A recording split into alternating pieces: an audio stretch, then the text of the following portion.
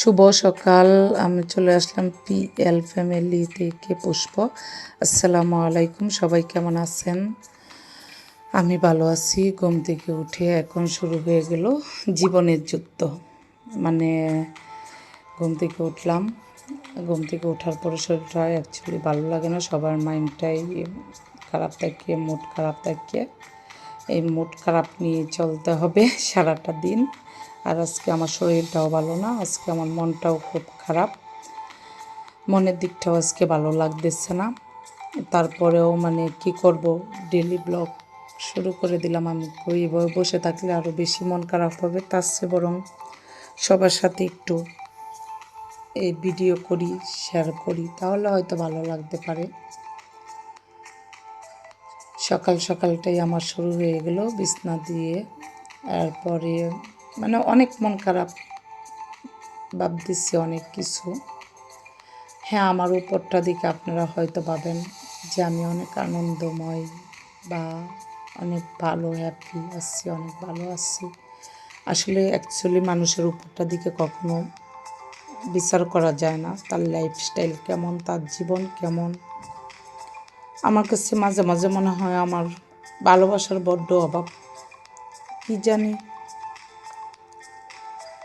কেন জানি আমার জীবন থেকে বাবা মা বলেন আর ভাই বোন বলেন, সবার ভালোবাসাটাই হারিয়ে গেছে।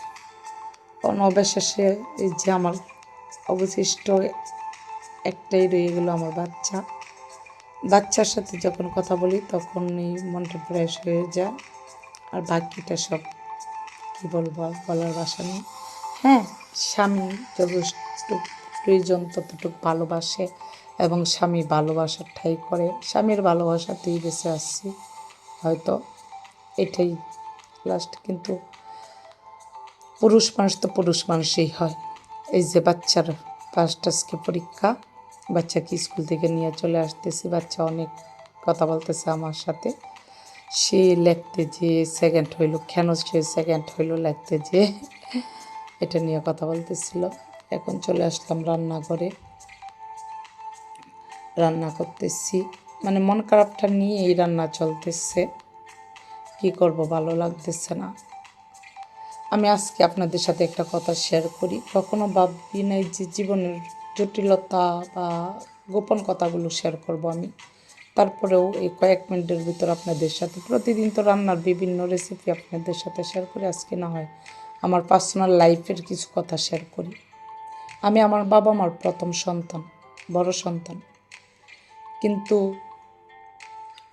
আমি ভাবতাম যে সবসময় হয়তো আমার বাবা মা আমাকেই সবচেয়ে বেশি ভালোবাসে, সবচেয়ে বেশি প্রাধান্য দেয়, সবচেয়ে বেশি মূল্যায়ন করে। কখন যে বিয়ের পরে ধীরে ধীরে ধীরে ধীরে এত দূরে চলে আসলাম যে বাবা মার কাছে আমার কোনো অস্তিত্বই নাই। আমি যদি বছরে কোনো একদিন নাও যাই, আমার বাবা মা কখনো আমাকে ফোন দিয়ে জিজ্ঞাসা করার প্রয়োজনেই মনে করে না, পুষ্প তুমি কেন আসো না। যদি কোনো দিন ফোন না দেই, কোনো দিন ফোন দিয়ে জিজ্ঞাসা করার প্রয়োজন মনে করে না, কেমন আছো। এই যে দেশে এত বড় ভূমিকম্প হয়েছে ঢাকা শহর, প্রত্যেকটা বাবা মাই কিন্তু প্রতিটা সন্তানকে ফোন দিয়ে খবর নিচ্ছে যে তুমি কেমন আছো, ভালো আছো কি না। ঢাকা শহরে এরকম শুনলাম ভূমিকম্প হয়েছে, কিন্তু আমার এটা অনেক কষ্ট হয়েছে, অনেক আপসেট ছিলাম, কিন্তু তারপরে আমি কখনো কারোর সাথে শেয়ার করি নাই। তারপরে ভাবলাম যে না, আমার কষ্ট লাগা ভিতরে চেপে রেখে আমি কষ্টে জর্জরিত হয়ে যাচ্ছি, আমি আপনাদের সাথে শেয়ার করি। কোন দিন ফোন দিয়ে আমাকে জিজ্ঞাসা করে নাই যে তুমি কেমন আছো, আমার নাতিটা কি ভালো আছো। এই কথাটা কখনোই আসে না। যখন আমি ফোন দিই শুধু ওনাদের কথাই শুনি একতরফা। আচ্ছা, বড় সন্তান হলে কি বাবা মা ওদের কাছ থেকে কি খালি চায় না, ওদেরকেও ভালোবাসার প্রয়োজন মনে করা। ওরা বড় হলেই কি কারো কাছ থেকে ভালোবাসা চায় না, খালি ওরা ভালোবাসাই দিবে, ওরা দায়িত্ব কর্তব্যর মাঝেই থেকে যাবে। বড়দের কি জীবনে খালি ত্যাগ স্বীকারই করতে হয়? ওরাও তো মন আছে, ওরাও তো কারো কাছ থেকে, ওরাও তো ভালোবাসা চায় যে ওদেরকে কেউ ভালোবাসবে, ওদেরকে ভালোবেসে কেউ কাছে রাখবে।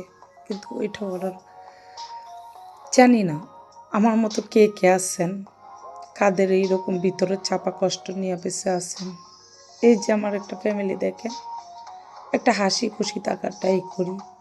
যখন অফিস থেকে আসে, হ্যাঁ হাসি খুশি রাখার ট্রাই করে। আমিও আমার মতো থাকতে চাই, চলতে চাই। তারপরেও তো আমারও একটা আগে মেয়ে বলে যে একটা, আমারও তো একটা পরিবার ছিল। পরিবার থেকে তো আমিও কিছু আশা করি। হয়তো আপনারা ভাববেন আমাদের সাথে কেন এই কথাগুলো শেয়ার করতেছ।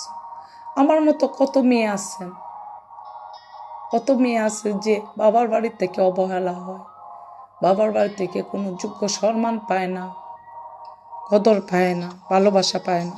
এই জন্য শেয়ার করা। আমার মতো হাজারটা মেয়ে এরকম অবহেলিত হয়। কিন্তু কেন কেন এই অবহেলা করা হয় আমাদেরকে? নিঃস্বার্থে মা বাবা ভাই বোন সবাইকে তো ভালোবাসছি, কেন আমার বেলায় এরকম আসে যে মা আমাকে একটু ভালোবাসতে পারো না? ভালোবেসে 1 বছরেও যদি না যাই, কোনোদিন একটু ডাকতে পারো না যে পুষ্প মা আয় তোরে দেখতে ইচ্ছা করে? আমি তোমার কাছে দৌড়ে যাই, মা তোমাকে দেখতে ইচ্ছা করে 1 ঘন্টার জন্য, আধা ঘন্টার জন্য। কখনো ভালোবেসে তো তুমি আমাকে সাধো না যে পুষ্প আজকে রাতটা আমার কাছে থাক। কেন মা? আমিও তাহলে ভুলে যাবো এরপর থেকে যে আমারও মা আছে। আমারও কষ্ট হয়, আমিও মিস করি আমার শৈশব বেলা। আমারও অনেক কষ্ট লাগা হয়।